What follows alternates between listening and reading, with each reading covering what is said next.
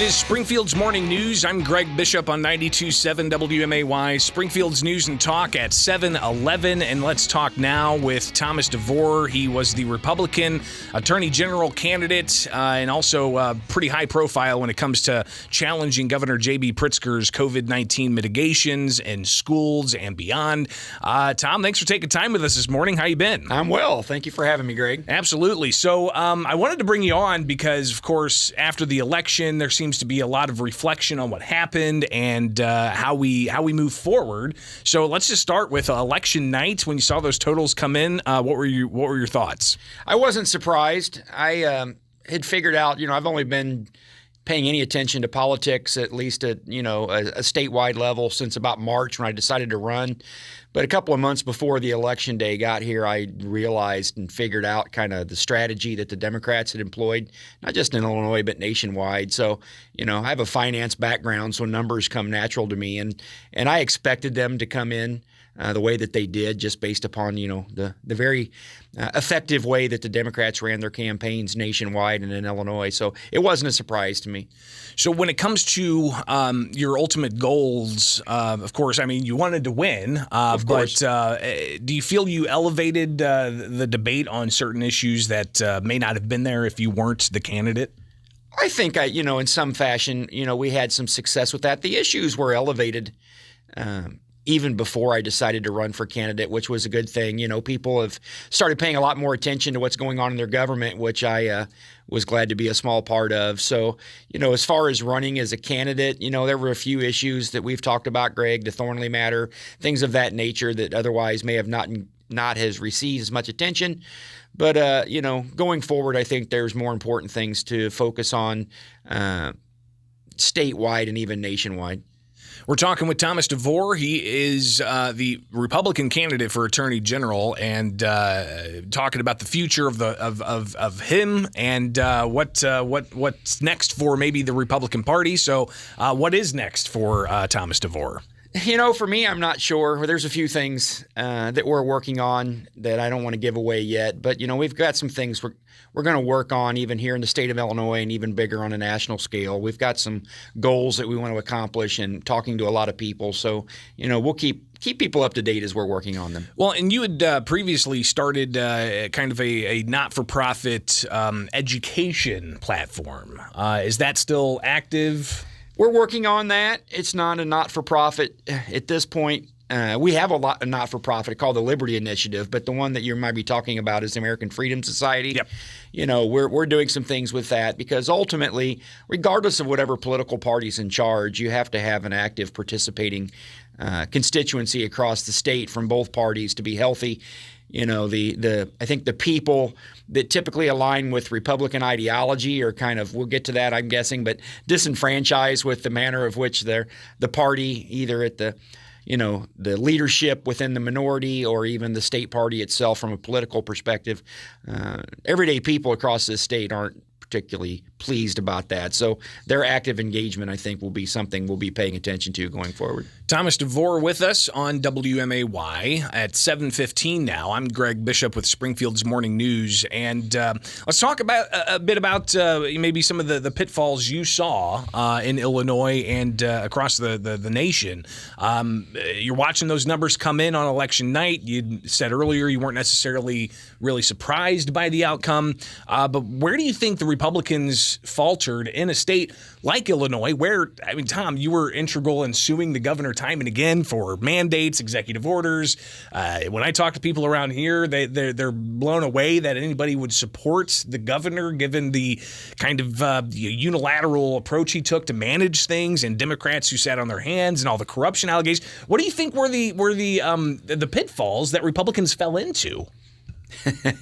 Apathy is the best way to describe that. We all are in a huge echo chamber that actually participate and pay attention to these things.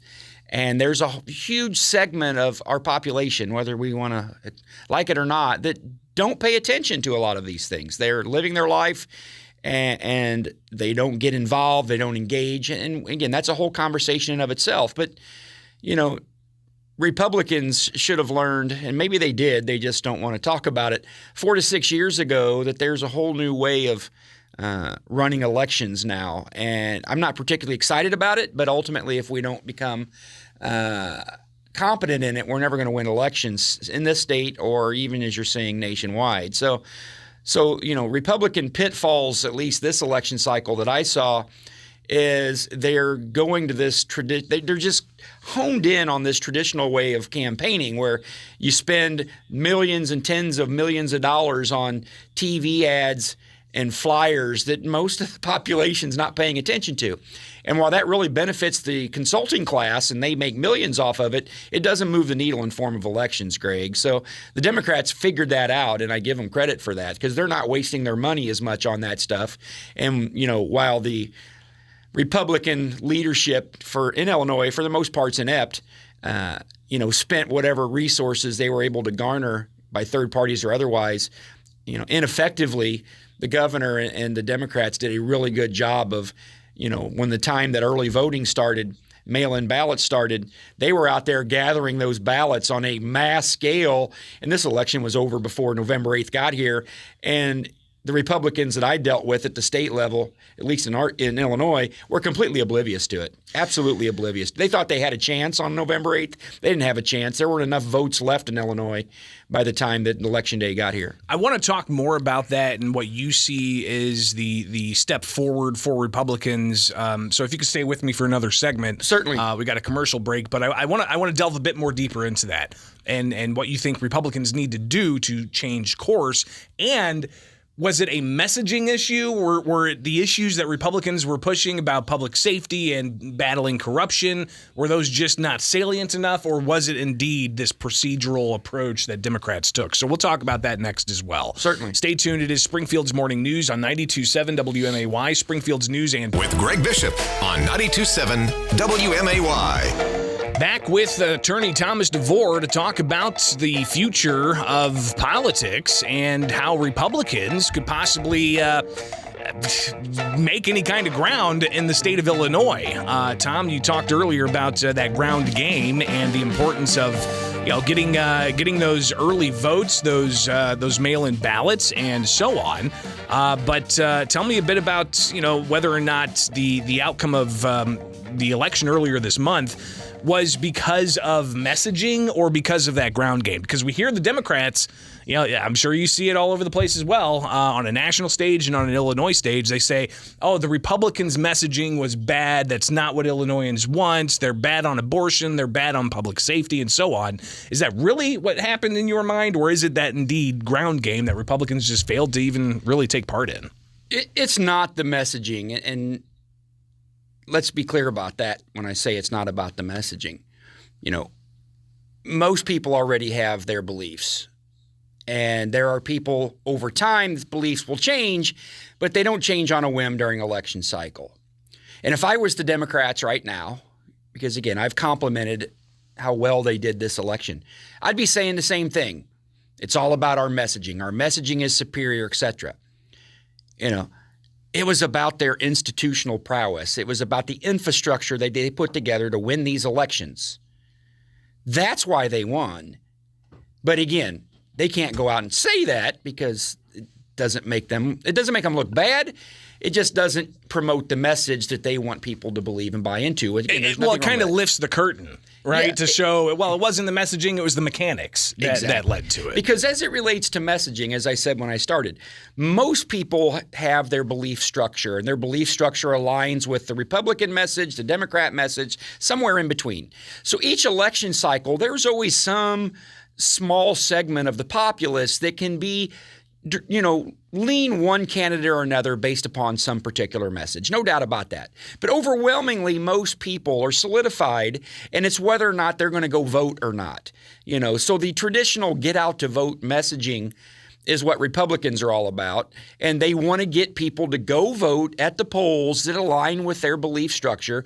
And to the extent one party is more successful than the other than getting the votes out, then they're going to win elections. It's the same in Illinois. Illinois has a little bit of a handicap because there's more Democrats than Republicans at least registered. But so it's all about that institutional prowess to get the votes. Messaging is important, but messaging alone doesn't change the outcome of these elections, which is why, as you started, Greg, we talk about the governor's mandates. We talk about some of those other things going on and how could people vote for him back again. There is a huge segment of our population that doesn't really pay attention to a lot of that. And then to the extent the Democrats went and gathered their ballots, they got their vote. As far as the Republicans, the voter turnout this election cycle was not that good. You know, the numbers were down compared to 2018. And so how frustrated were they with Governor Pritzker's messaging? Apparently not that much, because they didn't get out to vote. So if the Republicans, regardless of their messaging, Republicans, they get these TV ads and they're railing on these ads and these flyers, and they're trying to not as much change people's minds, but is trying to incentivize the people that are generally inclined to vote Republican to go to the polls on November 8th, right, Greg? That wasn't successful. What they should have been doing is 40 days prior, like the Democrats did, they should have had a ground game, a swell of a ground game, but it takes money. And in Illinois, nobody's going to give a Republican Party any money. And you should have been out there getting those votes, gathering those ballots from the Republicans in droves. That's the only way you were ever going to win this election. And since they didn't, November 8th shows up, and you didn't really have any ground game to get early votes, and there wasn't a big turnout for Republicans anyway. So, again, messaging is not unimportant, but it doesn't sway these elections significantly if you can go out there and capture that whole segment of the population that just doesn't really pay attention to any of that. Again, Attorney Thomas DeVore with us in studio on WMAY. Finally, do you have optimism that Republicans here in Illinois are going to be able to take up that and focus on the procedures here of early voting, of, you know, I know ballot harvesting is a bad word in Republican circles, but do you have faith that Republicans are actually going to seize that opportunity that's here in Illinois? The ballot gathering initiative is the most politically correct term I've found so far that kind of smooths that over, Greg. But here's the thing that Republicans got a lot of problems. When you engage in this ballot gathering initiative that we're talking about, what that does is it's generally going to favor whoever the populist candidate is for a political party. Republicans don't like populist candidates. Case in point, Donald Trump. The party doesn't like him, and he is a populist candidate. So here in Illinois, you've got this old guard of Republicans that if they're going to accept and promote and actually adopt this ballot gathering initiative, at least until they could take control of the legislature and change it, they have to give up control of who gets into party politics and who is at the top of the ticket. Republicans don't want to do that. They're not courageous enough. They don't want to let go of that power that they've had for decades.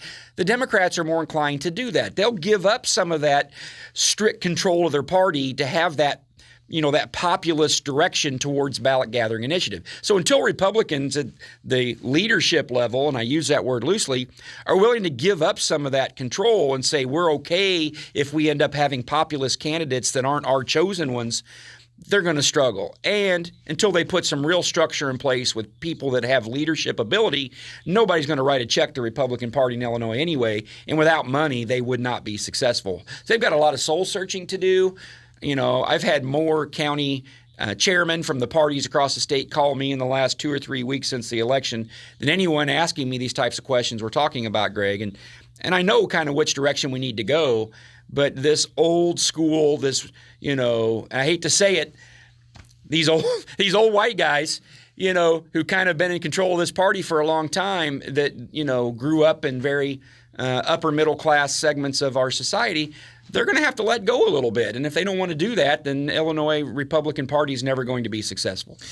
Attorney Thomas DeVore, I imagine this is not going to be the last time we talk on this and other issues. Greatly appreciate you taking the time with us this morning. We'll talk again soon, all right? Thank you, Greg. Take care. It is Springfield's Morning News on 92.7 WMAY, Springfield's News.